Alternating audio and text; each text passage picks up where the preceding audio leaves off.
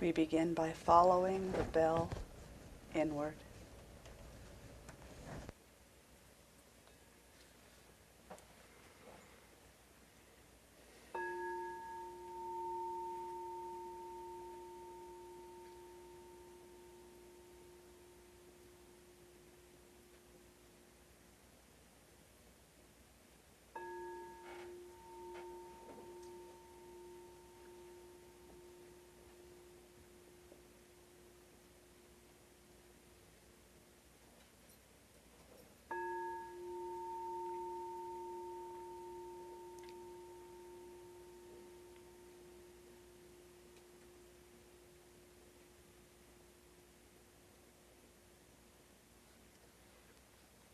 Please join me in prayer as together we give thanks to our Creator for this beautiful spring day, for the nice cool morning, so refreshing.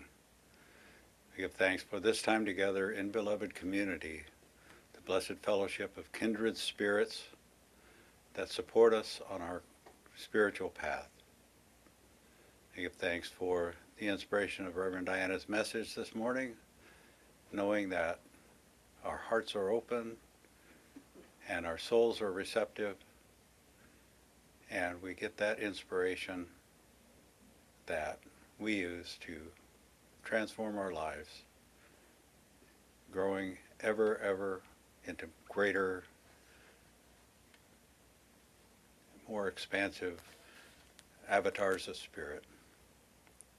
So with a grateful heart, I give thanks for all the blessings of this day, all the blessings and gifts yet to come.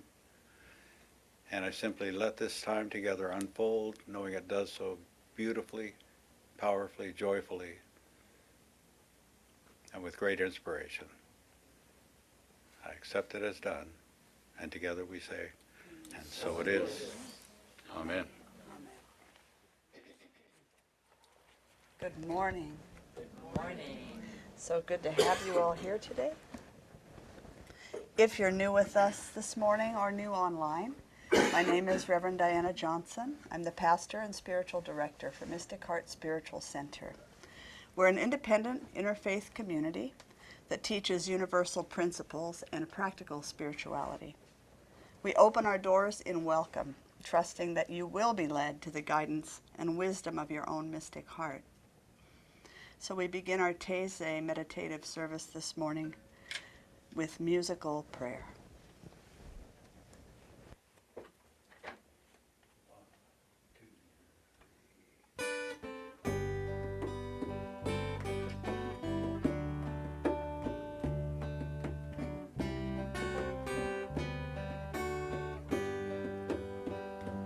Welcome home to your mystic heart. Lay aside whatever came before. Let your own intuition start to guide you to heaven's door. Welcome home to your mystic heart. Lay aside whatever came before. Let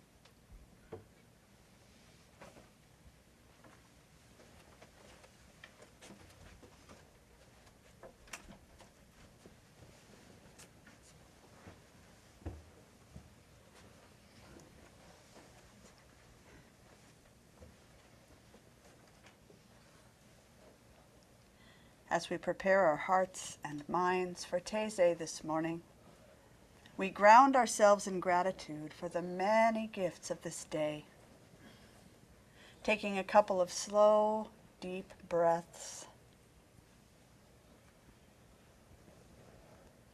and using the breath to settle into a moment of stillness, letting go of all that has come before this moment. Relaxing the body, allowing the chair to hold your full weight, and bringing awareness to the breath.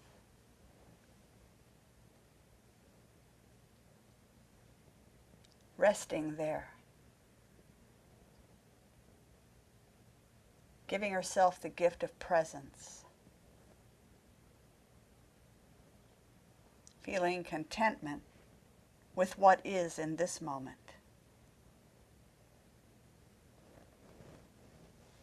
And feeling the peace that is always available.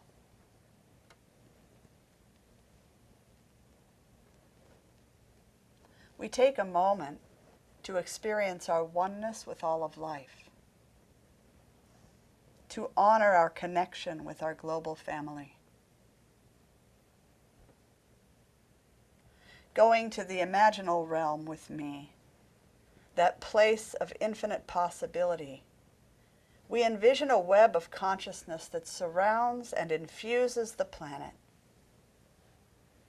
A radiant, shimmering web. And each of us a divine spark within that one web, that one light. Every human, every creature, every plant, alight with spirit. The rocks and the minerals, the water and the wind, the stars and the planets.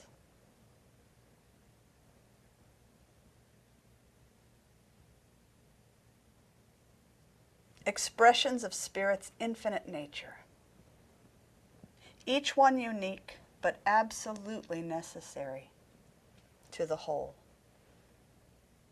and connected to every one and everything else. As we acknowledge that we are all of one essence, one substance, one source, we grow in compassion, empathy, and understanding. From this vantage point, we acknowledge that whatever we offer into the world, whether in thought, word, or action, affects us all. With hearts and minds consciously centered in spirit, our collective prayer and meditation leave an imprint of peace, of love, on human evolution and on the world for all time. Take a moment to experience the grace that we are sending out.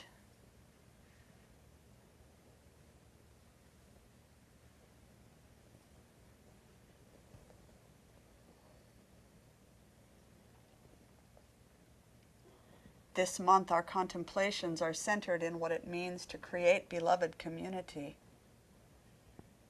And this morning's reflections point us in the direction of nonviolence in everyday life. An important idea when seeking peace in our own lives and in community. Nonviolence is a way of being, a manner of living life as a human on planet Earth.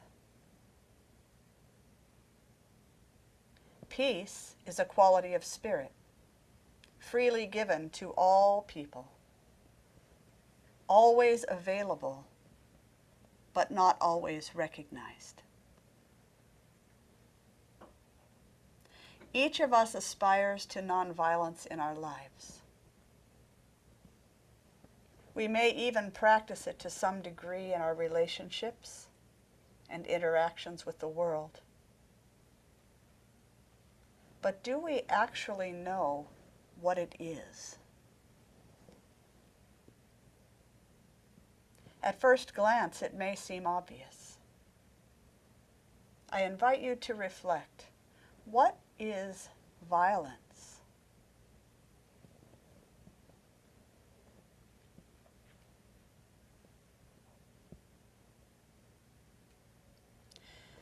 It is defined as strength of emotion, unpleasant or destructive force, causing damage or adverse effects. It shares a common Latin root with the word vehemence, showing strong feeling, acting forcefully, passionately, or with intensity, acting impetuously, quickly, forcefully, without thought or care. And finally, violence indicates attack. Having clarity with our language leads us to see that there can be many ways that we inadvertently commit acts of violence toward ourselves and others. Anytime we have intensely judgmental thoughts or feelings toward ourselves or another, we are, by our own definition, committing acts of violence. When our words become thoughtless, critical, or forceful, we are committing acts of violence. When our actions towards ourselves or others are reactive or destructive, we are committing acts of violence. We are lifting the idea of practicing nonviolence in everyday life to higher ground, maybe seeing it through a different lens, under a brighter light than before. Our purpose is not to denigrate ourselves for having such thoughts and feelings, or for becoming reactive with our words and actions.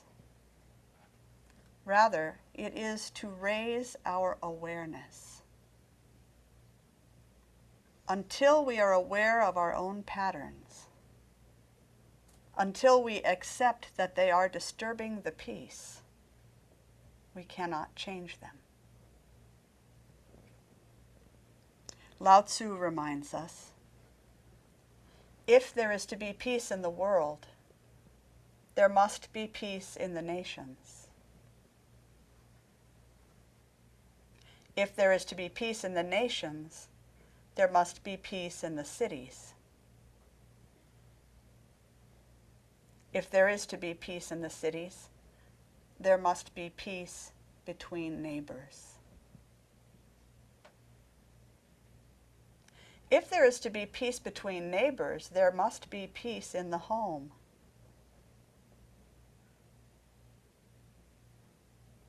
And if there is to be peace in the home, there must be peace in the heart. I would add that if there is to be peace in the heart, there must be peace of mind, peaceful language, and peaceful actions. This is practicing nonviolence in our everyday lives. And this is what it will take to bring peace to our planet, to bring heaven to earth. The Rabbi Yeshua, over 2,000 years ago, raised the bar for humanity in his Sermon on the Mount. from the book of Matthew. You have heard that it was said to the people long ago, "You shall not murder, and anyone who murders will be subject to judgment." But I tell you that anyone who is angry with a brother or a sister will be subject to judgment. Therefore, if you are offering your gift at the altar, and there remember that your brother or sister has something against you, leave your gift there in front of the altar. First go and be reconciled to them. Then come and offer your gift.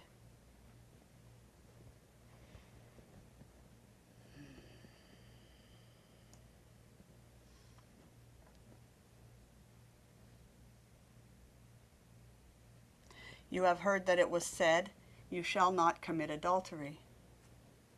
But I tell you that anyone who looks at a woman lustfully has already committed adultery with her in his heart.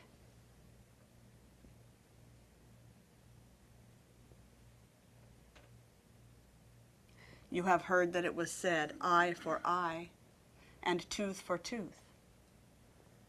But I tell you, do not resist an evil person. If anyone slaps you on the right cheek, turn to them the other cheek also. And if anyone wants to sue you and take your shirt, hand over your coat as well. If anyone forces you to go 1 mile, go with them 2 miles. Give to the one who asks you, and do not turn away from the one who wants to borrow from you.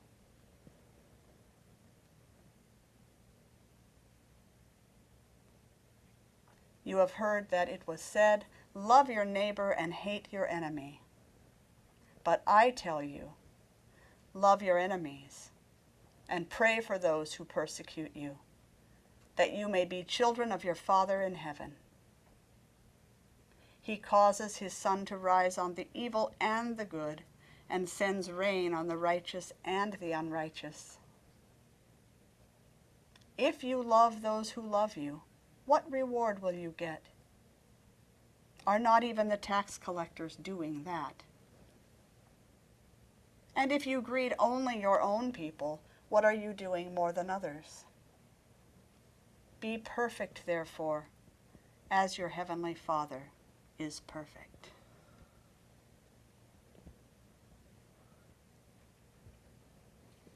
You are the light of the world. A town built on a hill cannot be hidden. Neither do people light a lamp and put it under a bowl. Instead, they put it on its stand, and it gives light to everyone in the house. In the same way, let your light shine before others, that they may see your good deeds and glorify your Father in heaven. These powerful words of a master teacher, raising the bar. In other words, acts of violence are not always visible actions. Equally important and powerful are our thoughts, feelings, intentions, motivations, and language, including both word and tone.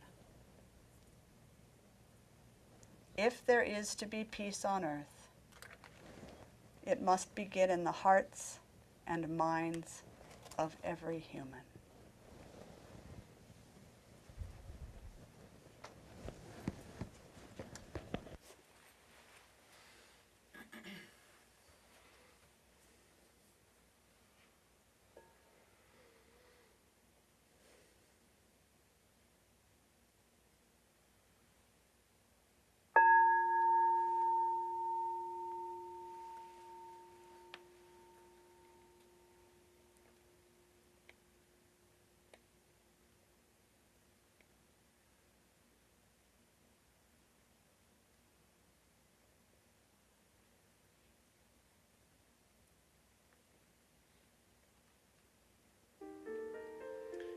In the early 1950s, artist and poet Paul Reps traveled to Japan on his way to visit a respected Zen master in Korea.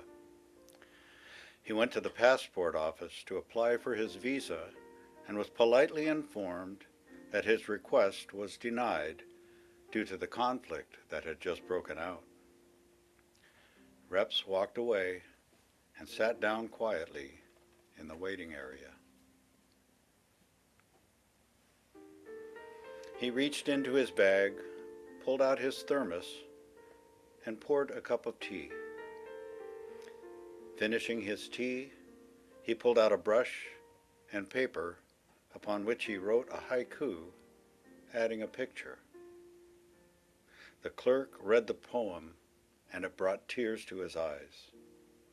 He smiled, bowed with respect, and stamped Paul Reps' passport for passage to Korea. The haiku that so affected the passport clerk read, "Drinking a bowl of green tea, I stopped the war."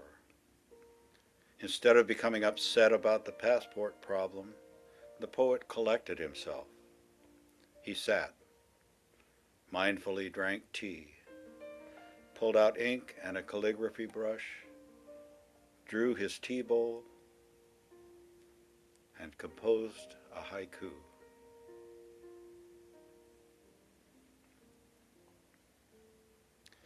And, in addition to composing the poem, he composed himself.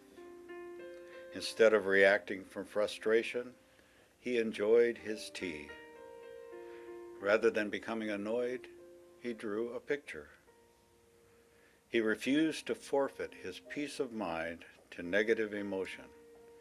He simply sat, drank tea, drew, and wrote. The first-century Roman philosopher Seneca said, "The greatest remedy for anger is delay." In our 3 minutes of sacred silence this morning, I invite you to be creative, to contemplate a technique you might use to create that delay, an inner exercise to distance you from negative reactions. Emotions pass quickly if we do not engage them. If we stop and compose ourselves before responding, let us ask within, when I am disappointed, how might I create a space for self-composure?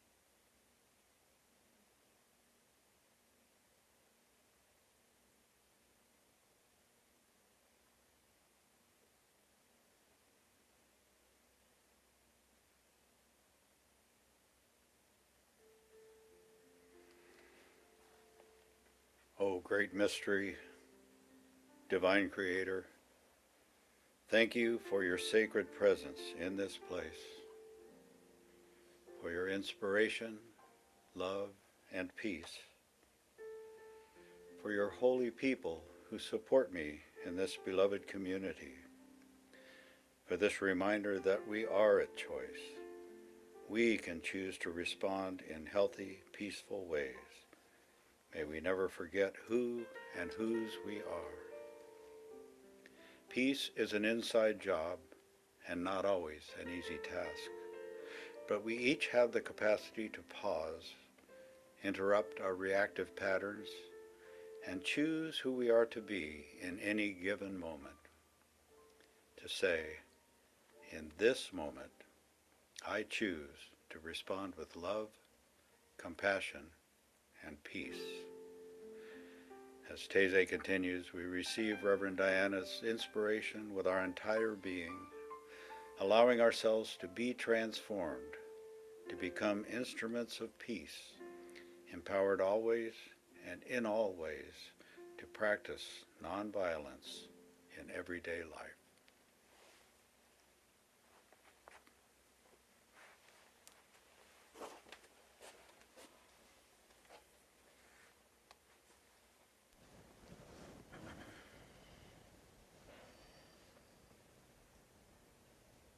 It is up to us to practice nonviolence in everyday life so that a love-soaked world can be revealed. This is big work, important work, challenging work, but it is our work. So we leave you this morning with a reminder that peace is always available.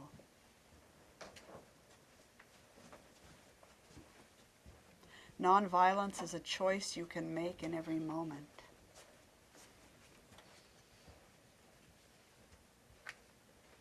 And when you're finding it difficult to quiet yourself, you can use these powerful words as mantra. Peace, be still. Peace, be still. And they will guide you to stillness.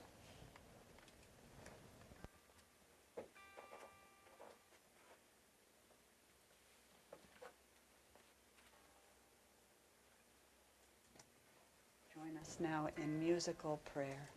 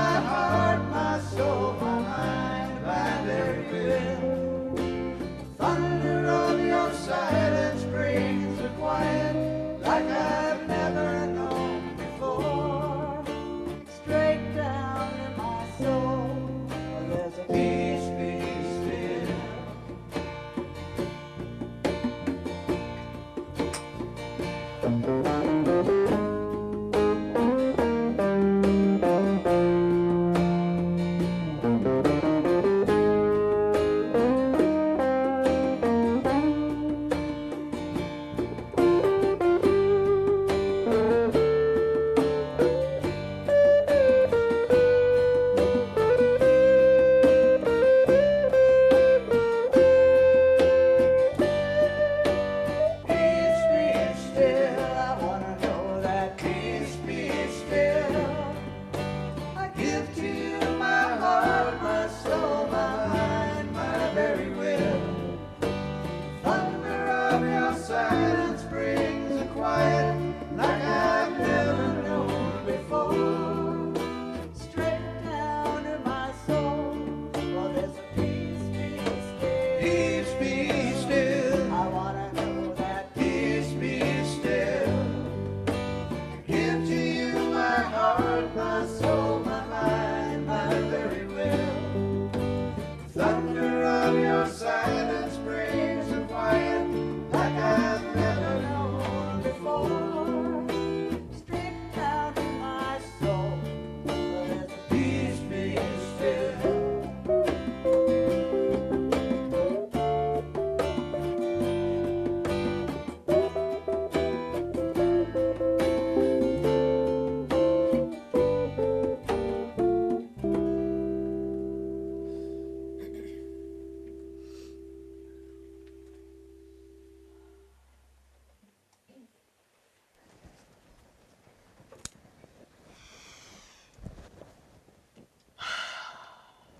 Peace be still. So I invite you to bring your awareness back into this space, back to the senses, sensations of the body, back to the atmosphere in this room. And when you feel ready, if you haven't already, gently open your eyes and take in whatever's before you. Don't hesitate to look around and see who's here in celebration with you this morning. This is at least one of the branches of your spiritual family. These are people who love you and are there to support you when you need anything.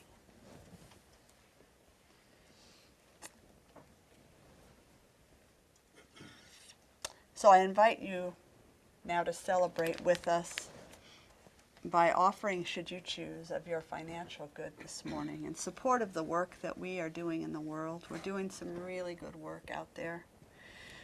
With the help of all of your hands and hearts, we're taking lots of food to the mission from the farmers market, from the local bakeries. We are getting involved in micro-shelter garden projects. We were at St. James yesterday touring their new micro-shelter and looking at where the projected garden spot's going to be. So we're just getting involved in a lot of good things. And so we thank you in advance for every gift that you bring, your time, your talent, your financial support. It all helps to uplift us so that we can do that work.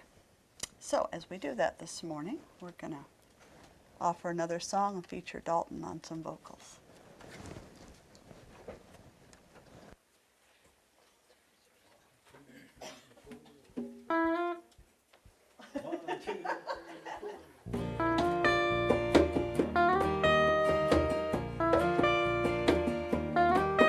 To all those who say that peace is just a fantasy, that people were born to disagree,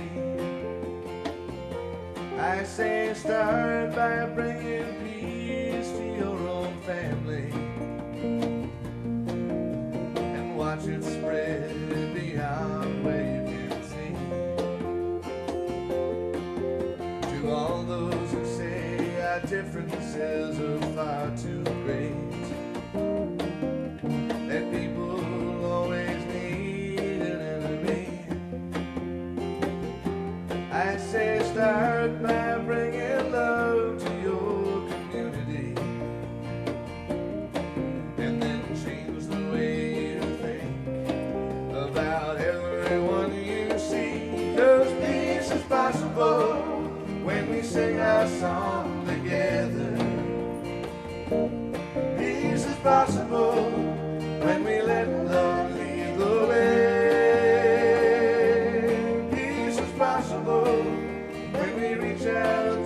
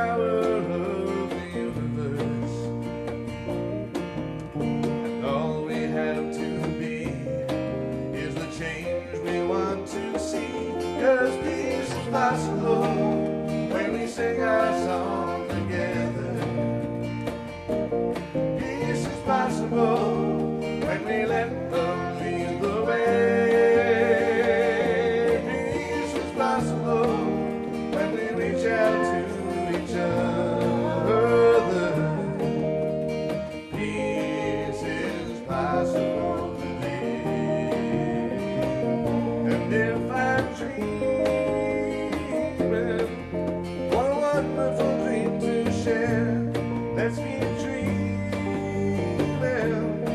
'cause reality is waiting there. Peace is possible when we sing our song together. Yeah, peace is possible when we let love lead the way. Peace is possible when we reach out to each other. Peace is possible today. Oh, peace is possible when we come together. Peace is possible when we let love lead the way. Peace is possible when we reach out to each other. Peace is possible today. Peace is possible when we sing our song together. Peace is possible when we let love lead the way. Peace is possible when we reach out to each other. Peace is possible today.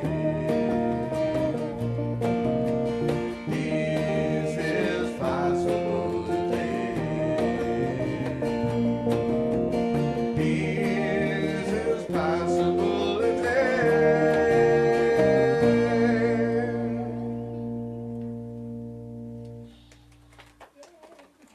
Peace is so possible. All it takes is each one of us practicing nonviolence and peace in our everyday lives.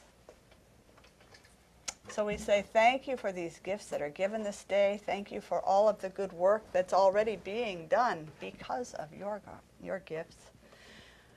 We know that these gifts are gifts of spirit, but they come through your hearts and your hands. And so we receive them with as much love as they are given. And so it is. Amen. So we invite you, should you choose to hang around and go get a cup of something warm next door and come back for a conscious conversation. Going to take, cookies. So we're going to use this morning's meditation as our springboard and go into some conversation, but not until we bless you into your coffee break or onto your day with the soul's blessing. If you don't stay, no cookies. Oh. 1, 2, 3. May your soul always find what it's looking for. May your heart always lead the way. May you live in peace and harmony. And may love always fill your day. May your path be strewn with happiness. May success find you everywhere. May you always embrace compassion and grace, and may God always answer your prayer. May you always embrace compassion and grace, and may God always answer your prayer. Thank you for being here. We love you. We hope to see you back in a few. If not, have a beautiful Sunday.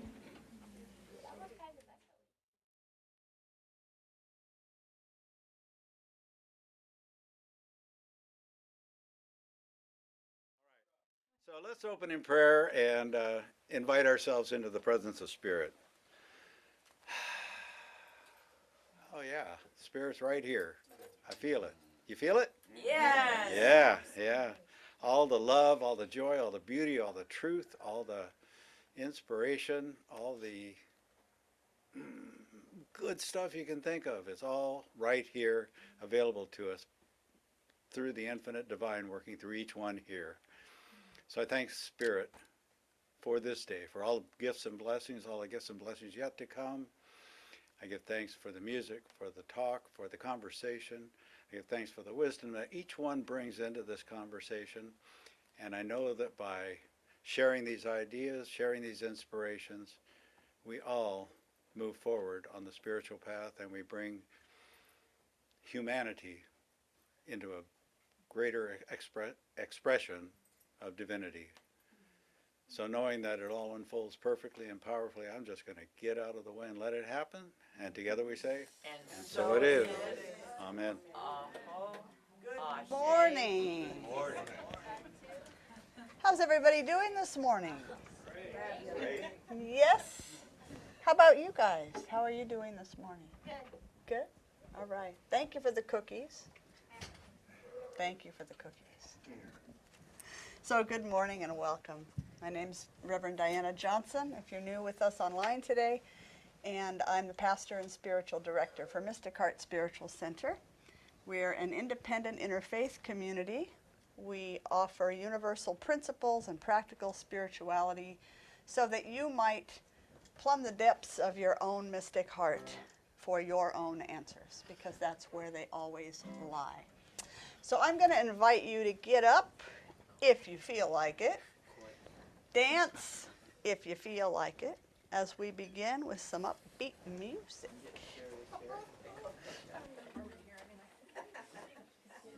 All right. Go, Kimberly. 1, 2, 3, 4.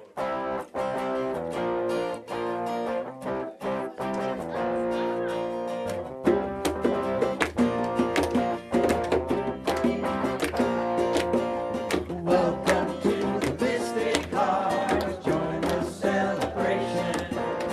Lift your voice and sing your part. Make this affirmation.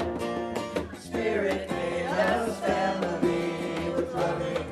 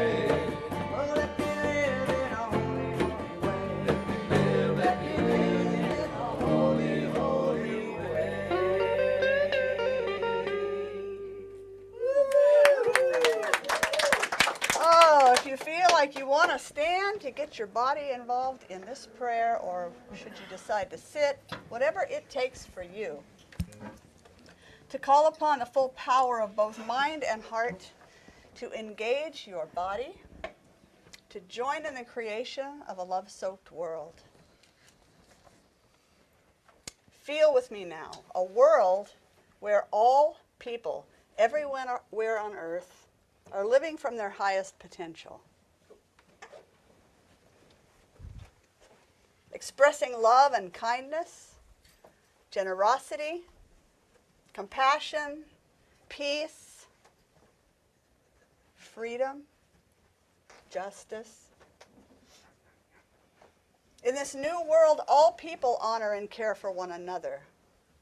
Honor and care for the planet and all of the beautiful life forms that share this planet with us. We remember that we are connected to all of life, that we are dependent on the planet to sustain us, and on one another for belonging and connection. By our every thought, word, and action, we're creating a world in which all beings are well fed, have the safety and comfort of home, and a deep sense of purpose and belonging. We're so grateful that health and education and healthy relationships are supported by social systems grounded in integrity, compassion, and wholeness. Amen. Yes. Every being is valued for its uniqueness. We practice authentic lives where vulnerability is celebrated. There's no need to defend or protect. The work we are doing within ourselves shows up as a world free of hatred or violence. We recognize the abundance that surrounds us, and giving and receiving flow freely in every direction. For all beings are greatly receiving all that is needed to live physically, mentally, emotionally, and spiritually contented and fulfilled lives. The planet and its beings thrive like never before as we learn to see the sacred in every one and everything. And we walk in reverence and gratitude for all that we've been given. We maintain this vision day by day, moment by moment. We align our actions with our vision, living these changes first in our own lives, with our families, our friends, and our neighbors. And one neighborhood, one community at a time, a new world is being born right here and right now. Yes. In this process of profound change, this community stands as an open and welcoming place for all who seek support, belonging, and a sense of family. By the power of our deep faith, this prayer is acted upon, answered even before it is spoken, as Spirit knows our heart's desire and intent. In full expectation of its graceful unfolding, we release it to the creative power and intelligence that I call God. We release it to the one that gets it done. And so it is. Amen. Ashe. Ashe, Aho. Aho, Satu, Satu. Satu. Selah. Yeah. Yes. Yes. Different traditions. Amen in different traditions. Yeah. So, Selah. Yeah. Our theme this month has been Beloved Community. And the topic of conversation this morning in Taizé was nonviolence in everyday life. This morning during Taizé, we redefined nonviolence. We kind of upped the ante a little bit. And we looked at it as refraining from any form of destructive or forceful or judgmental or impetuous thinking, speaking, or acting. Wow. We contemplated the creative nature of our intentions and our motivations and our reactions, our reactivity. And we suggested that in order for there to be peace in our lives and in the world, we truly need to increase both our awareness and our self-control over those thoughts, words, and actions, those patterns. And that there can be no lasting peace on earth as long as we allow ourselves the luxury of thoughts, words, and actions that are out of alignment with peace. So that's what, huh? Not much of a luxury. Well, no, but I mean, it's a, you know what I mean by that. Yeah, I mean, it is. It takes more energy and more effort to not react. So that's going to be our springboard today for our conversation. And our first question today to look at is, what are some of the obvious ways that we already practice nonviolence in our everyday lives? I love the 5 agreements. Okay? Try endeavoring to live the 5 agreements. Absolutely. All right. Nice. Is that a hand over there? Oh, I was. Okay. Okay. Just want to be sure I didn't miss you. Going to church on Sunday. Oh, Yes, going to here. church on Sunday. Here. All right, here. Filling Nice. station. Cheryl, and then Lucinda. Correcting myself. Correcting Watching myself. myself. Watching myself. Okay, good. Lucinda? Daily prayer and meditation. Daily prayer and meditation. Nice. What other obvious things do we do to practice nonviolence? Go ahead. I would say just centering and staying in your heart center. Okay, centering, staying in your heart center. Lucinda? Refraining from arguing with my husband. Refraining from arguing with my husband. I just forgot what I was going to say. When you think a thought that isn't peaceful, to choose again. Okay, choose again. Yeah, Cherie. Prayer and meditation. Prayer and meditation. Yeah. Are there, go I was ahead. going to say, also studying the lives of people like Gandhi and Martin Luther King Jr. Okay. that practiced Right, nonviolence in the face of some pretty scary stuff. right. It might be as simple as, I am so frustrated with whoever is before me in this moment that I really could take this spatula and, but I don't. I mean, that's not a thing, right? It starts at that basic level though, doesn't it? I mean, we can go right to prayer and meditation and all those things, but sometimes don't we get irritated and frustrated? And isn't there, I don't know, maybe it's just me. Maybe I'm the only one that gets, you know. Thank you for keeping it so real. So beautiful. It's so real. you. It is so real. It's a I thing. appreciate that too. Yeah. And guess who's around when she's using the spatula? I love it. All right. So let's dig now a little bit underneath that, a little deeper. What are some of the subtler ways that violence creeps in to the way we treat one another? Subtler ways. Like a subtle judgment Okay? of what someone is doing or saying. Okay. So a subtle judgment of what someone is doing or saying. Speaking before we think. Speaking before we think. Count Yeah. to 10. Count to 10. Good practice. Or more. Erica and then Michael. Yeah, I think that I think a lot of this stems, like you're saying, on a deeper level with our reactions and how we, because there is a difference between reacting and responding. Yes. But it stems deeper in there for us in regards to where our belief systems lie. Right. Okay, it's where our belief systems lie within our families and the Yeah. generations and everything. So we have training, right? Absolutely. We've had some training one way or the other, and Yes. that can just encapsulate or incorporate some of that violence Exactly. unintentionally. Yep, Right. exactly. Yeah. Thank you. Michael?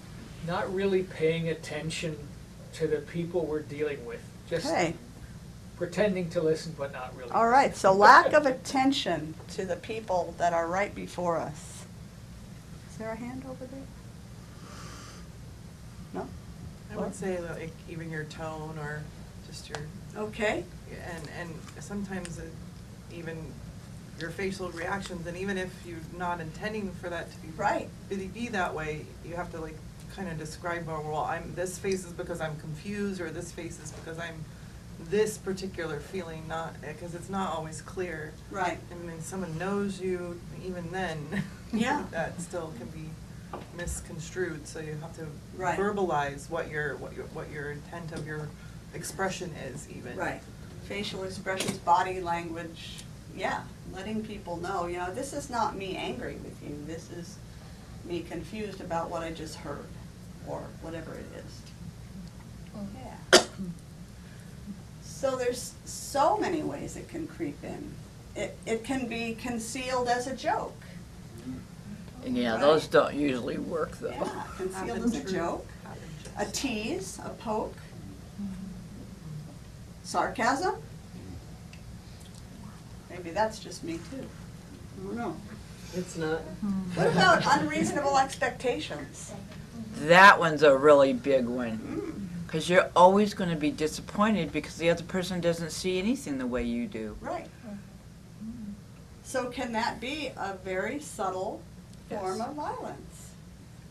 Especially when you're Unrealistic pissed off expectations. at that person or even at Yeah, yourself. especially if you're pissed off at that person, yes. Judgments and criticisms, we already had that come forward. The unreasonable expectations also sets them up to fail, Right. and then. Yeah, you're setting you know, someone up whether- to fail. Whether they fail in your eyes or in their own eyes. Or you're setting yourself up Yeah. to fail. Unreasonable expectations don't just go outward. For me, I think more often they go toward The myself. more unreasonable ones, yeah. Right. Hold a higher bar yet. I noticed when I finally became aware of the fact that I was holding expectations in a lot of areas in my life and a lot of relationships, and you don't mean to, it just happens, but I noticed that the frustration went away as soon as I stopped to let those go, because frustration cannot exist without expectation. That's true. Indeed. Yeah, there's nothing to be frustrated about if you didn't expect anything in particular. No. Right? What about isolation?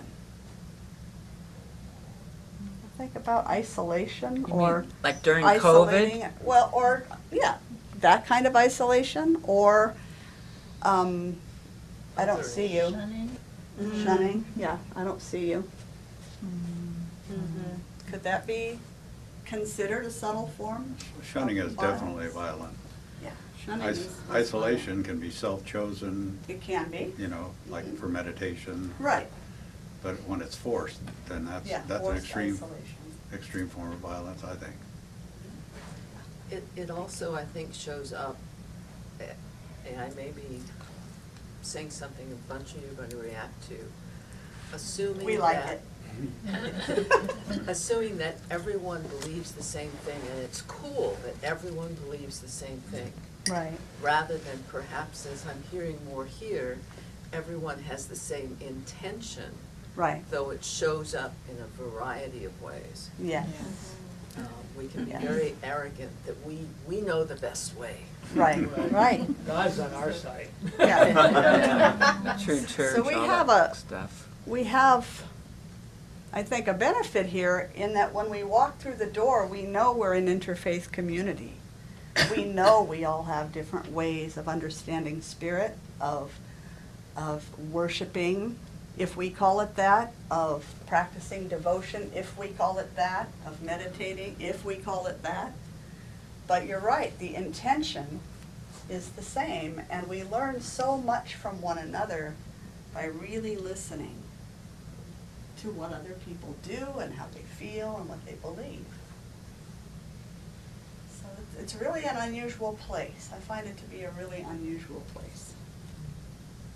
What about manipulation? Is that That's maybe a form definitely of violence? A big form because it's kind of Mhm. the silent, deadly form. Okay, can be the silent deadly form. What about humiliation? Yes. Mhm. What about self-criticism? That's the biggest one of all. That's a good one. That's violent to yourself, like, myself by binge eating when I shouldn't, and I'm beating myself up for it. So Right. that's violent to Yes, yourself. it You is. can be That is to violence yourself. to yourself. Yes. What about not enoughness? Oh, gosh. That's where I'm always doing work and coming back around. Uh-huh. At a higher level in the spiral, but it still shows it's. Right. Yes. What about playing small? Wow, that's not anymore, but used to be. I was so small I was invisible. Yeah, it was a choice, but I didn't know it at the time. Yeah. So this expands our definition of what it means to live a nonviolent life, right? Big, blow it wide open. Because we want to think of ourselves, I want to think of myself, speaking for me, as a nonviolent person, living nonviolence in the world, and yet, you know, I self-criticize, I set unrealistic expectations, I do many of these things. I catch myself all the time. I think the thing I see in my behavior the most is I'm still attached to my likes and dislikes. Yeah, so attachment. Yeah, especially to Especially the, oh, to my I do likes. like that or Yeah. I don't like that. Right. you know. What if we kind of let go of that attachment?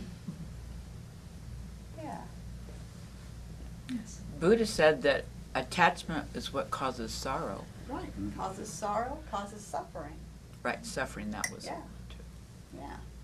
Oh, sorry. No, go ahead. I became aware of some attachments that I've held Mhm. on to as well. Yeah. We all have attachments. It's just, you know, to have an attachment to your dog, that's a healthy thing, right? Right. As long as that attachment doesn't create extended suffering when that pet is no longer present. You know, we go through a period of grieving, that's natural, and then we have to be able to let go. So it's when the attachment becomes an obsession almost, something we can't let go of. I think a subtler version of attachment is preference. Okay, When- preference. When we have a preference that things go this way and they Right. don't go that way, then Yeah, we can get irritated with ourselves or with God or with whatever, but that's right. still a negative vibe. And do we all have preferences? Oh, yeah. Yeah. Is that normal? Definitely. I But- think it's how loosely you can hold them. Right. How loosely and how easily you can let it be otherwise when it is otherwise. Yeah, James. I was told something a long time ago about having the pursuit, in the pursuit of a goal, go about it as though like my whole life depends on it. With that kind of enthusiasm and energy, Uh-huh. but with zero attachment to whether or not it actually succeeds. And that's a really odd thing to do. Yes, it is. It is. Wow. That's deep. Yeah. It's like So like my life oxymoron. depends on it, but at the same time, who cares? Who cares? Like, how do you do that? It's a dance. And that's, I think I would have to say that's how I have approached this journey. It's like, I go for it.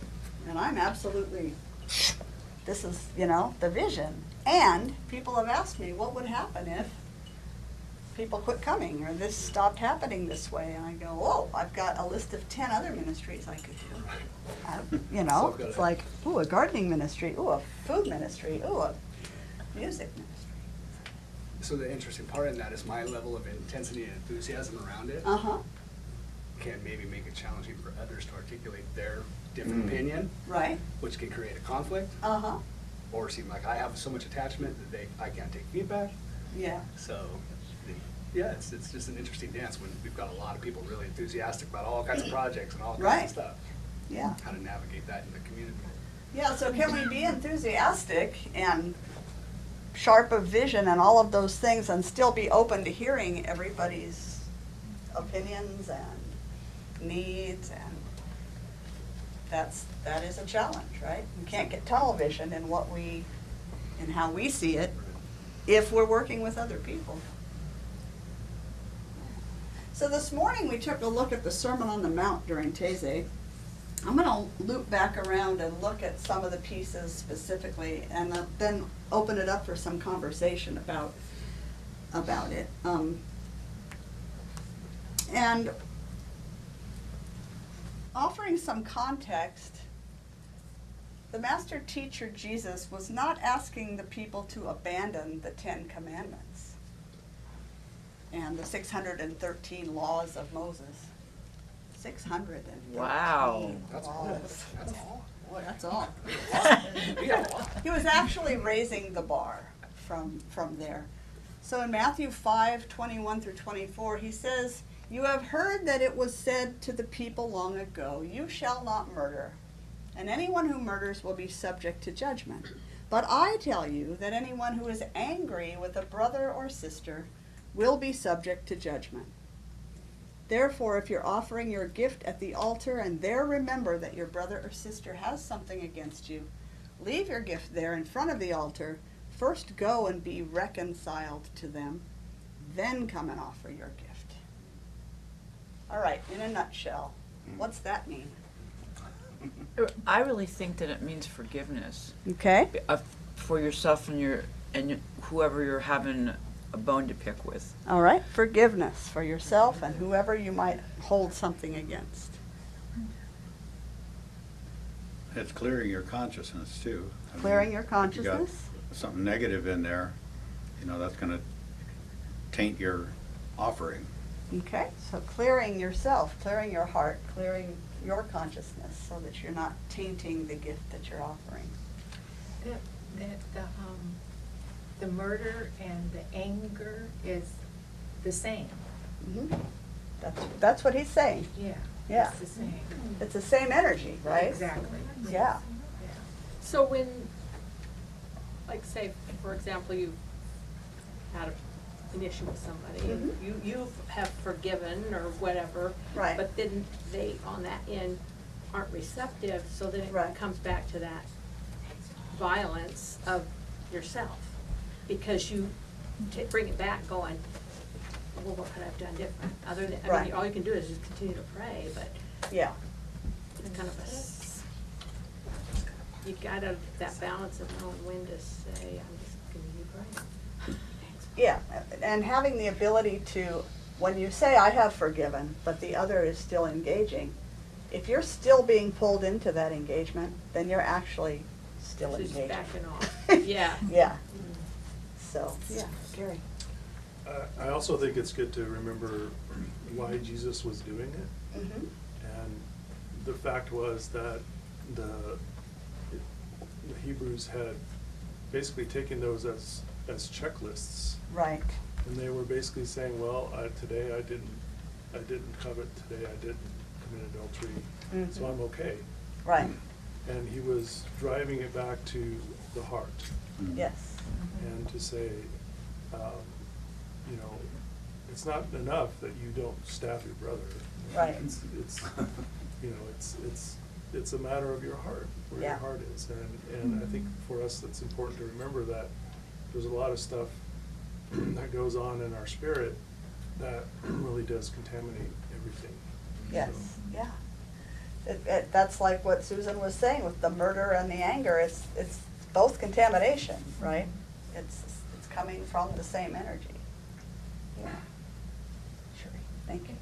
I think in the offering, we're also offering ourselves, like you were Mhm. saying, heart, and we're offering ourselves as a conduit of the divine.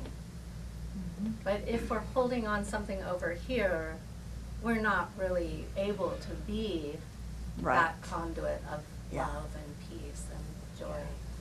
We can't be a clear conduit when we're holding any form of negative energy.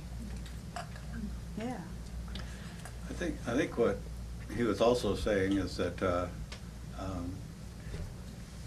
it's the same seed energy, and to stop it just before you kill somebody is one thing, but to to stop thinking, to stop indulging in those thoughts and those Right. feelings, is to get way out ahead of it. Yes. Yeah, stopping it at the source, right there.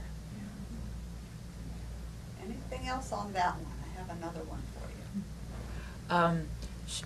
She said something about, you ask you forgive somebody, but they don't forgive you. Uh-huh.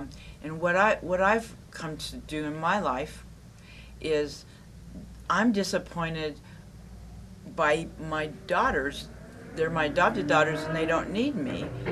And I know they love me and I always text them, but what I came to realize and what I say to myself, it is what it is. I'm not happy with it, but I accept it and let it go, and it's up to them to do whatever what they want because I'm no longer connected to the results. Okay.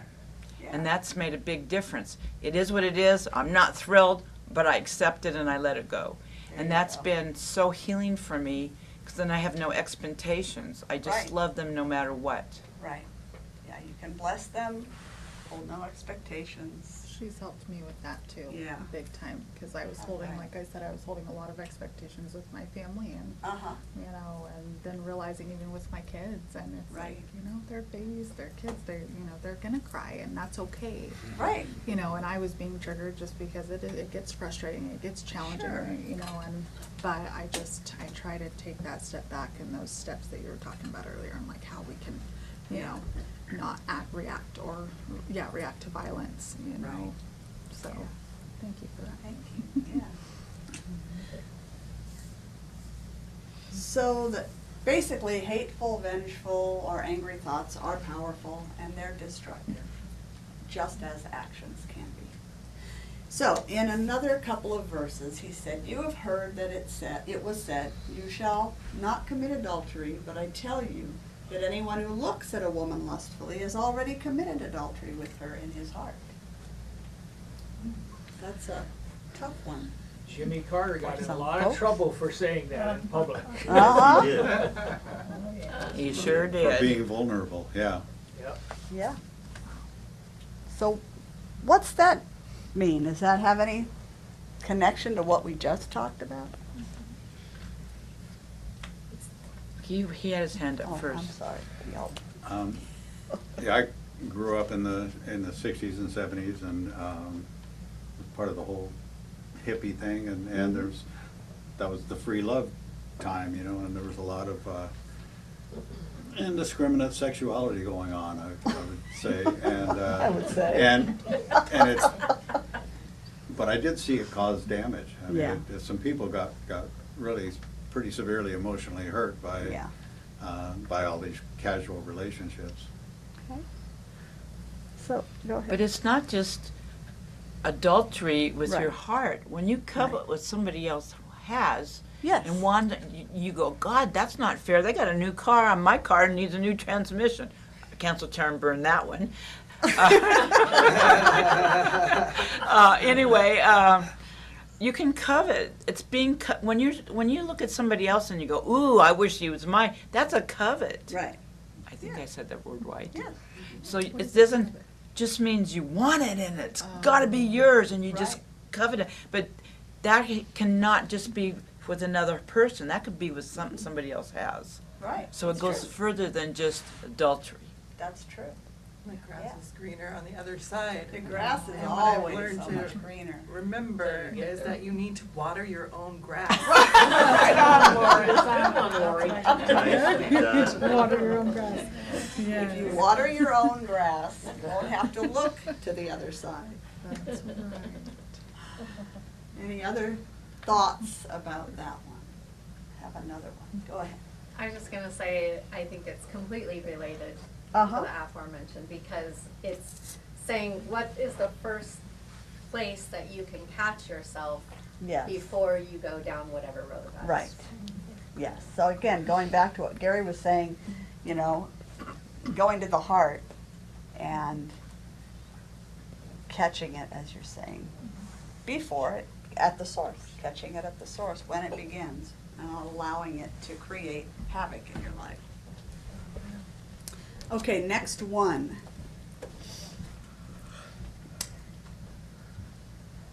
You have heard that it was said, eye for eye and tooth for tooth, but I tell you, do not resist an evil person. If anyone slaps you on the right cheek, turn to them the other cheek also. If anyone wants to sue you and take your shirt, hand over your coat as well. If anyone forces you to go 1 mile, go with them 2 miles. Give to the one who asks you, and do not turn away from the one who wants to borrow from you. So, question, is he suggesting that we give away everything we have to our own detriment? Hope not. I hope not, no, really. I don't believe that that's what's being asked. I just think he wants us to be aware. You know, we have a mind in here, and that's not who we truly are. Our ego is here to keep us in place. It's to drive down the street. It's to make decisions. And people think that that's who they truly are, is that voice in their head. But who you truly are is when you look out your eyes, God is looking out your eyes. That's right. And if you can get out of this monkey mind and go, wait a minute, that's not really who I am, and get in your heart, then you change the way you even look at things. Yes, absolutely. Go ahead. The verse starts with a pretty, violent assault kind of Uh-huh. metaphor, so It that does. is interesting to try to process that as far as whether he's asking for us to allow it, to our own detriment, like you said. Yeah. I think he's, I think a big part of it is about radical generosity. Yes. Okay. And it's like, how far will you take your generosity? Is it just about being convenient, or is there a sacrifice to what you're doing? Okay. And all those things he's describing there are sacrificial. Right. Yeah. Not that, like you say, he's not saying that subject yourself to abuse. Right. Because that's. Don't make yourself a doormat. That's not the message. But it's kind of like, well, in the moment, I have the opportunity to be generous, or I have the opportunity to say it's all mine. Right. It's not all mine. Right. So radical generosity, how willing are you to be generous? In the beginning, when he's talking about turning the other cheek, I think he's also talking about don't respond in kind. If you want, if we want there to be less violence in the world, and then, you slap them right back when they hit you, you're adding to the problem. You're not creating a nonviolent world. Right. And it's also good to remember that all those things he's talking about, he actually did model. Right. Mhm. Yes. Yeah, he was a role model for those things. Kimberly? Look what Gandhi did. Yeah. He could have taken all those people, and they could have went against the government and started World War III. Right. But he decided that he was going to change it with peace. Yes. And they did terrible things to Gandhi. They did. And yet he still said, no, this is the way it's going to be. Kuan So Yin. Huh? Kuan Yin. Kuan Yin, Yeah, yes. she found forgiveness with her father and compassion. So if we return an evil for an evil, then we're no better than our opponent. Right? Yep, you're right. I think this is where I have work to do when you talk about the subtlety of it. Because I can be a very peaceful person, especially with my spouse. But then if I perceive a jab or a slight, I really want to respond in kind, right? And that just escalates it. Yeah. And so I really like that if there's a slap, let them slap, because it's showing you how opposite you can go. Yeah. And how you don't need to do that. Right. And the subtlety of that close relationship, Right. I think is where my work shows up. Thank you.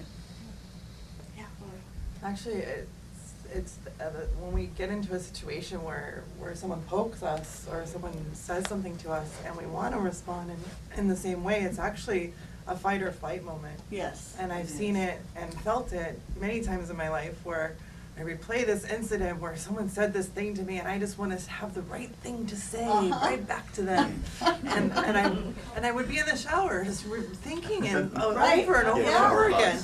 And we all have a duty to ourselves to realize that that is part of human nature, and we, in order to really, you know, be able to respond, to be able to be peaceful, that we have to learn how to process those. Right. And learn how to allow, you know, what it was, and not to have to come back in a certain way in order Yeah. to feel okay with it. And so we have to learn how to process fight, flight, or freeze. Yeah. And not just get stuck Right. in that loop. Talk about an act of violence. Yeah, really. Self-violence. Getting stuck in that loop of they done me wrong, oh my goodness, it happened, blah, blah, blah. I mean, that is dangerous. It's dangerous physically even. And there's environments where, you know, those kind of moments though, where I've replayed them in my past is when it's amongst a group of people and a slight happens and everybody's on board with it. And I wish I had come up with something better. So it's this dynamic thing. It is, it can be, yes. You know, and so that frustration that I would feel was because now I've just lost status within the hierarchy of that group. Right. You know, and that's a real thing. Yeah. That's like a rejection thing from a group Right. of people. Yeah. So these are dynamics that are heavy, and so there's a lot of emotion that gets Right. going in there. And so until a tribe is actually functioning in a healthy way, Yes. it's a big expectation Yeah. to- That's true. on That's ourselves true. and others. Yeah. I I said agree. isolation earlier, and I thought about isolation. I'm like, yeah, that's where I start to isolate. It's like in environments like that, Right. I isolate Yeah. for self-preservation. Yeah. But it takes away so much from our thing too, like our whole life, you know, we're spending all this time just replaying this, so how do we find like our way back to our what we're guided to do, what we're focusing on the world, being present with what we're doing now and here, instead of replaying these things. Yeah. I know having kids, I mean, like, Love you shook guys. me out of Yeah, it. love you guys. No, I mean, having kids I know. took me out of the fight or flight ability. Like, I don't have time for it, personally. Like, I got kids to take care of and things to do that I can't set aside. Right. When I was single, I was like, you know, yeah, I could spend, you know, an hour in the shower. And, you know, like, replay it 50 times. But, you know, now it's like, oh no, I have to set that aside. But I mean, Right. not that that's the best way to process something. Yeah. To kind of can get stuck in there. But, yeah, it's like this idea that, you know, we have all this other stuff going on, not to get Right. caught up in those things. Yeah, it's true. How to be present. I have a cup. I see this and I see this. I do. And I'll get there, I promise. Go ahead. Okay, one thing that I love this. when I have somebody that does something to me and I'm not real happy about it, Mm-hmm. I always remember what Jesus said on the cross: "Forgive them, Father; they know not what they do." And I really dove into that to understand what that meant, and then I realized what it meant was that we're divine, and if they remembered they were divine, they wouldn't be doing what they're doing, so they forgot. Right. So that's why they're in their monkey mind. Yes. So forgive them, Father, they know not what they do, because if they knew who they were, they wouldn't be They doing wouldn't it. be doing it, right. Thank you. What Kimberly said is kind of a version of what I was going to comment on the mom. Mm-hmm. What pulls her out of it is actually she has other priorities, other Yes. values. Yes. And I think that's really important for all of us. You know, what really matters to us, like what would love have me do, or what Right. would peace have me do? Yes. Rather than, oh, I gotta do this and gotta do this. What matters? Right. Oh, wow. I needed to hear that. Thank you. Big time. Oh, man. So, I have just one more before I want to go back into our community agreements, because as you're talking about being in community and building a healthy tribe, and this whole month has been really grounded in that every Sunday and everything we're doing all week long. But first, one more, and it ties in with that building of community. You've heard that it was said, love your neighbor and hate your enemy. But I tell you, love your enemies and pray for those who persecute you, that you may be children of your Father in heaven. I'm going to just leave it at the verse right there. He's saying, you know, if you just love those people, they'll love you. Okay. Who did you think you were supposed to love, right? But love your enemies. Pray for them. Be perfect as your Father in heaven is perfect. Not like humanly, I'm so perfect. But be... Not arrogantly. Right. Okay. So, what does that mean? Let's nutshell it. Hang on just a second. I'm going to see if there's any other hands. Cheryl? I knew she was. You don't have to like them, Okay. but you can love them because that's where your heart is. You may not like the things they do, but if your heart is love, that's what's the most important thing. Come from here. You don't have to like what somebody does, their actions. Love 'em. And you don't have to hang out with them. That's right. You don't have to make them part of your daily experience. So what do you mean when you say love them, though?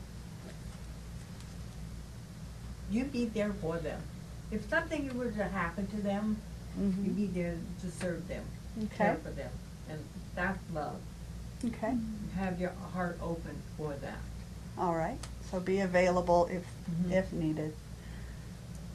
How about love as just acknowledging the divinity that is there no matter what the behavior looks like? Yes. I mean, we all are that. We're all expressions of one divinity. Just acknowledging that. And again, you don't have to hang out with them if you don't choose to. It's the old idea that everything is either an expression of love or a cry for love. Okay. When somebody's misbehaving, if we can remember that they're just in need of love. Right. Who did you think needed your love? Yes. Thank you. What I do with my ex still, is I do Ho'onopono. When I think of something that he's done, because we don't talk, but I hear things because we still have children, and sometimes I go, oh my God. I go, oops, he's God too, and then I start going, I love you, I'm sorry, please forgive me, thank you. Yeah, it's a beautiful practice. And I really do that when I get frustrated with people, and it's made it change. Yes. I did that for 2 years to my daughter-in-law, and she would never talk on the phone when my son was talking to me, and I did that for 2 years. Every day for like a few minutes I would do it. And one day I called and she goes, hey Mom, I haven't seen you in a while, why don't you come visit? You could have knocked me over with a feather. Yeah. And I knew it was because I did that for 2 years. It's not Change something says- that happens second. Right. When the change is real within you, Yes. then the change can show up as real. So in that's the how world. you do your enemies. Right. Well, Ho'onopono makes a big difference. All right. Thank you. Nice practice. So I'm going to jump into our community agreements here because it's time, I think. We're at a point of transition. We're coming up on 5 years of being an organization or being Yay. a group anyway. Our study group, first study group was 5 years ago this coming June 12th. We're getting ready to move across the parking lot, if some of you didn't know that, to a bigger space. And we've been reviewing our community agreements that we made the first several months that we gathered. And 2 weeks ago, we dove into the first 2 of those agreements. Last week, we looked at the third and the fourth. And so we're going to put them up and just read the first 4 quickly together. And then we're going to jump in for just a moment on 5, 6, and 7 today. So we agree to always be okay, wait a minute. These are our aspirations. Okay, that's it. We agree to always be respectful, compassionate, loving, honest, and authentic in our thoughts, words, actions, and communications. Speaking our needs clearly. Yes? Speaking our needs clearly. Yes. She got that one. In doing so, we create a safe, loving, and supportive environment in which complete transparency is the norm, vulnerability is honored, and where people are free to evolve physically, psychologically, emotionally, and spiritually. That was our first agreement. It's a life's worth of work right there. Absolutely. We agree to take, number 2, we agree to take personal responsibility for our thoughts, words, and actions at all times. In doing so, we create a loving environment where spiritually mature individuals, or maturing individuals, promote peace, joy, and celebration in all that we do. Number 3, we agree to reverently seek Spirit's guidance, going directly to parties involved and seeking the help of a minister if needed when resolving conflict. In doing so, we trust that love is leading the way and that peace prevails. Number 4, we agree that we are consciously choosing to create a spiritual family. In doing so, we're creating a space in which to belong, a place to call home. So now let's take a look at the last 3 just briefly, one by one. Number 5, we agree to welcome all who come, gracefully honoring each individual as a unique child of God, accepting all faith paths and levels of awareness as a sacred part of the spiritual journey. In doing so, we attract a vibrant group of diverse members who practice living in the consciousness of oneness each and every day. Another big one. What do you think, looking at that one? Any words pop out at you? A vibrant group of diverse members. That's what I'm seeing. That's what I'm seeing. I like that word vibrant. Vibrant, yes. This has helped me, gosh, I kind of lost what I was going to say this now. But, yeah, it's helped me come from a place of understanding with just everybody. Uh-huh. You know, knowing that we're all one but yet different in so many other ways. Right. You know, Yeah. it's really just helped me understand and not be so black and white, you know, Right. with my thought process and Uh-huh. all of that. So, yeah. Isn't it much more interesting and much more Absolutely. fun to have a Yes. vibrant group of diverse people around? Oh my God, I love it. Yeah. Michael? I think that's a great definition of interfaith right there. Yeah, yes. Yeah. Yeah, when we made that shift, that was a conscious shift to Yeah. move from a New Thought church, which is lovely. I love the principles are still basically what we honor and teach, of course, because they're all universal principles. But to actively say, you know, y'all come, any faith path, no faith path, all are truly welcome. That's another step forward. Cheryl? Not only vibrant, each one of it are all unique. Yes, everyone All unique. unique. And that uniqueness is appreciated and honored. And I want to say something too, at the end of the day, God is love. And Yeah. love is love, no matter how you can Right. twist and turn it or Yeah. whatever. It is love no matter what. God is love. So let's go to number 6. So let's go to number 6. We agree to respect one another's personal space. In doing so, we create a comfortable community experience in which everyone feels safe and honored. So, what could that mean? I mean, there's some obvious stuff there, but then there's some subtler ways we can respect. No gossiping. Okay, no gossiping. That's respect. That kind of runs through all of these agreements, huh? Yeah. Cherie? This could be perceived as actual physical personal space as Okay. well. Yeah. Maybe not Yeah. assuming that someone's a hugger. Right, big do you finding hug? out, Yeah, you know. right, yeah. What if it could also mean giving someone the space to process something that they're going through without pressuring and pushing? That's another form of space that you can grant to other people, not assume that their timeline and your timeline are going to be the same.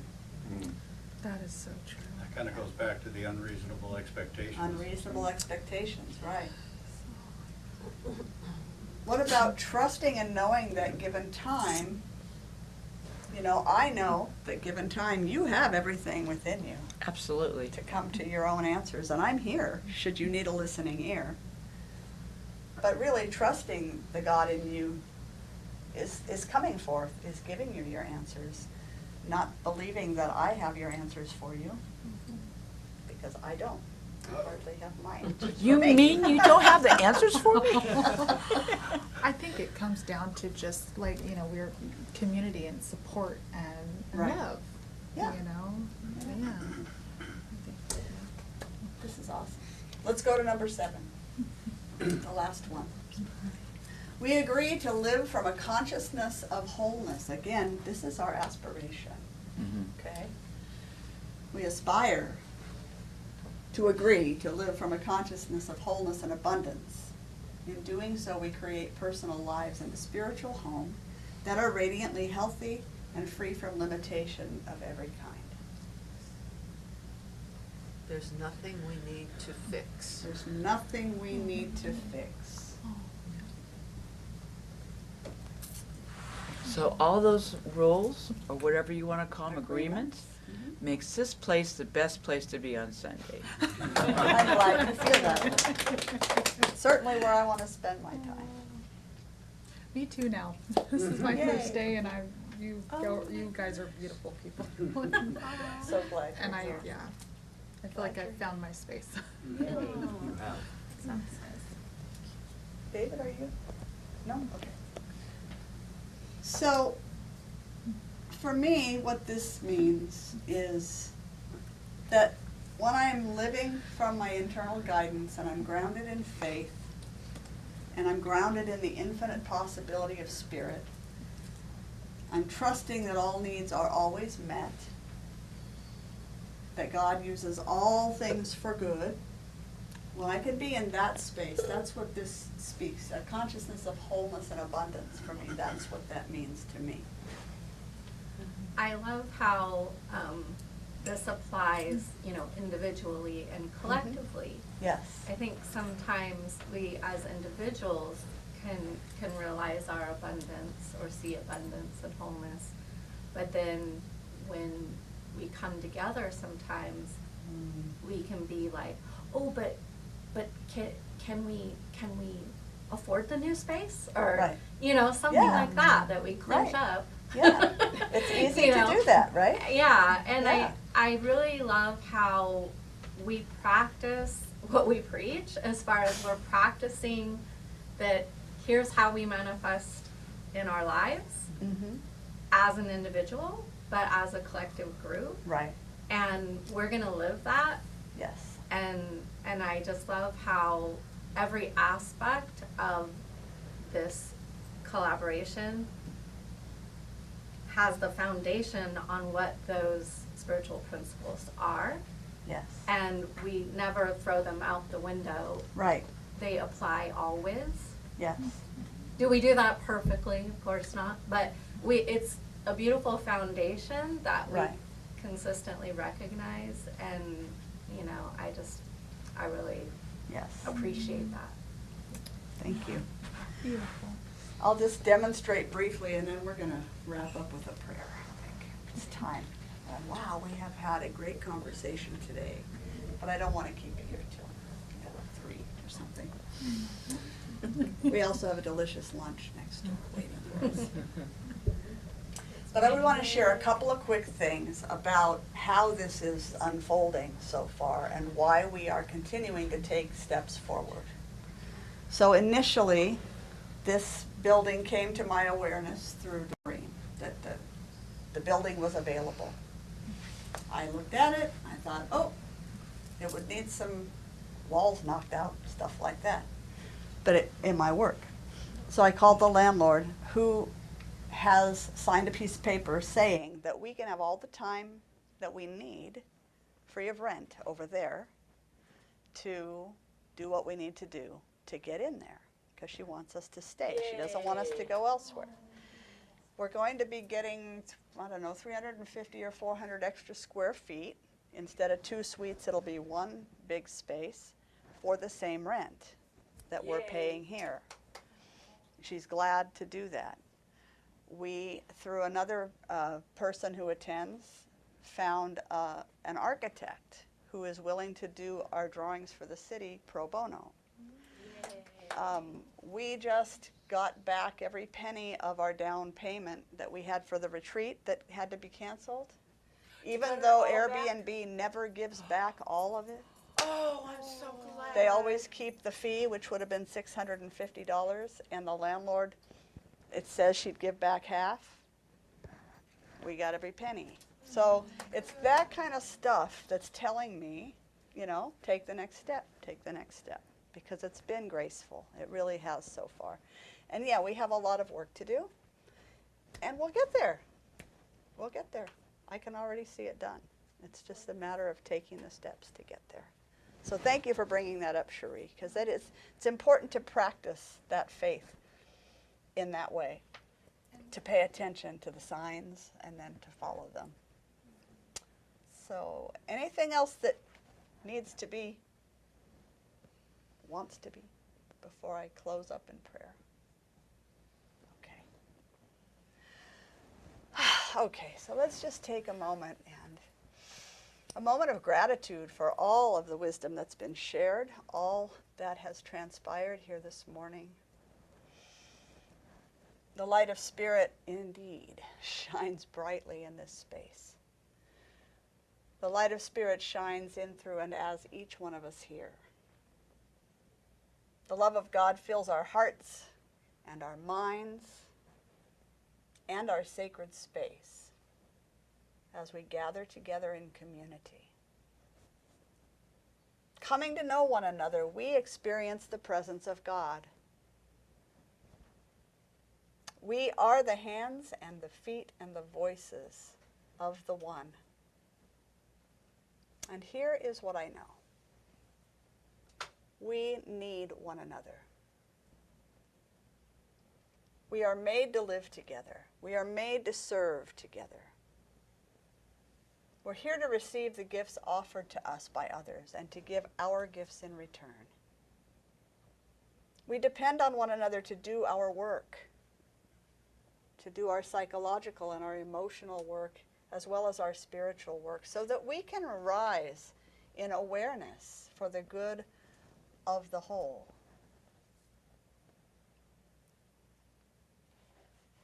We depend on one another to do this work so that we might transform our destructive patterns to those that support and uplift ourselves and one another.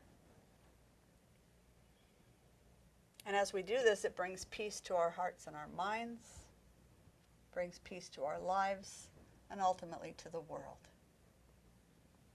Thank you, Spirit, for my spiritual home, for my spiritual family. May we all be peaceful, happy, and free from harm. May we come to know and live from the truth of who we are. And may we know the rich blessings that loving relationship brings. May we forever shine the light of love and devotion into the world. May we shine the light of integrity and deep faith into every corner of our lives. May we find within the humility, the courage, and the strength to walk in peace.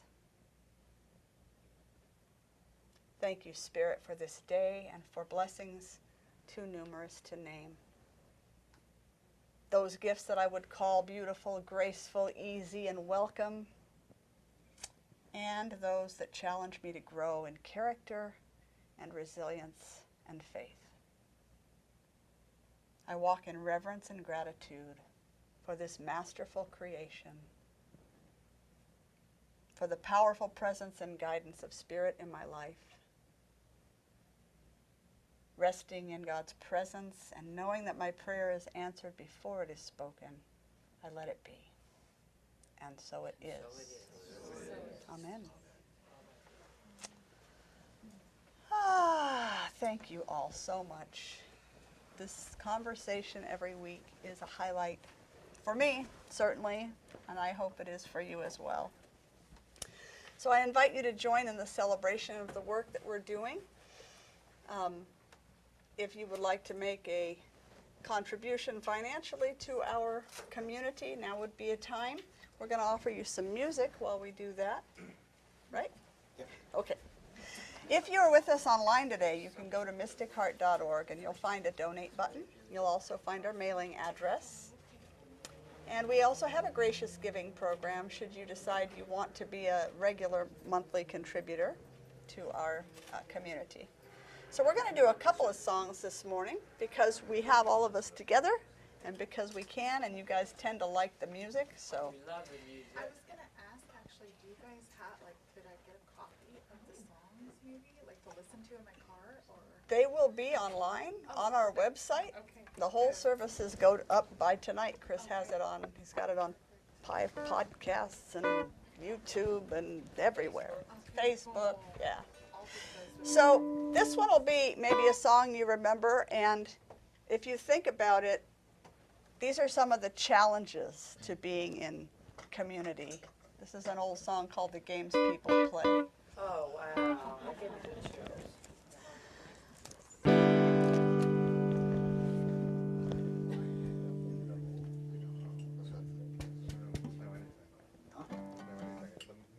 Oh. We're getting to know our new system here. Here we go. If you know the words, feel free to sing along. 1, 2,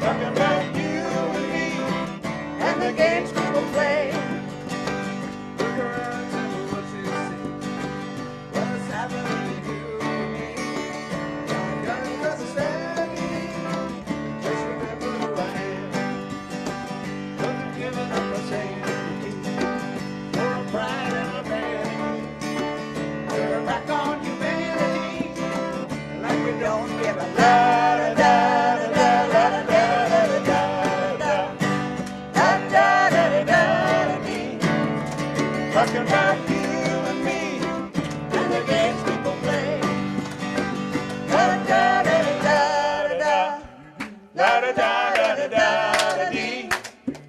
Talking about you and me and the games people play. La-da-da-da-da-da, la-da-da-da-da-dee. Talking about you and me and the games people play. Whoa-ah. All feature Mr. Gary French today on a Dan Fogelberg song called A Voice for Peace.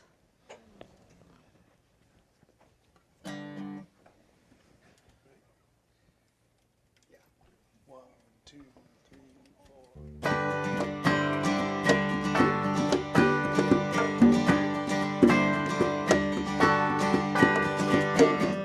Know that everybody has a voice. How they use it is their own free choice. In your glory I will not rejoice if you choose the ways of war. If you choose the ways of war. Ashes to ashes, dust to dust. Like the victors in God we trust.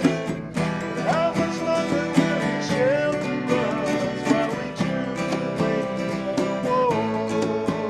While the winds of war rage on. Let mine be a voice for peace. Let mine be a voice for peace. Let mine be a voice for peace. Let it start here with me, oh, let mine be a voice for peace.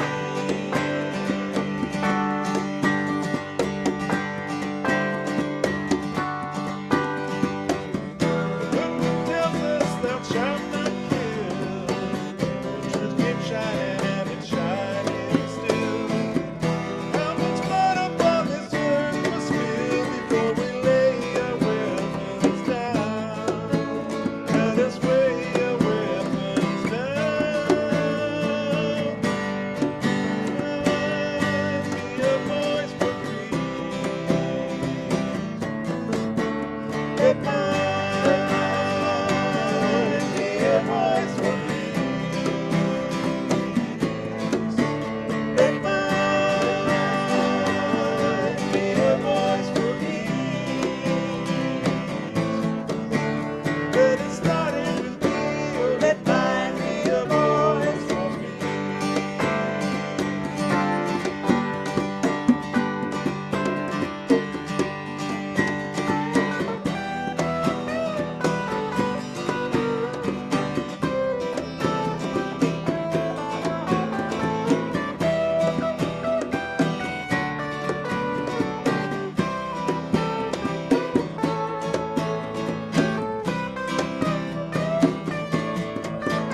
Let mine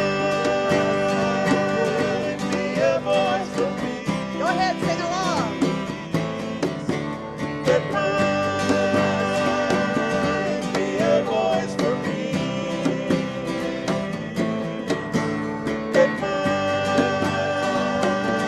be a voice for peace.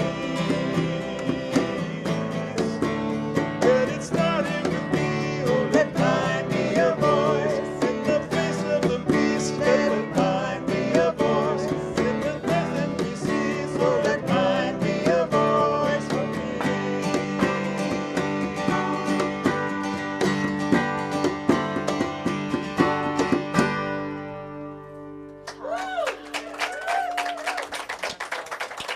Gary French.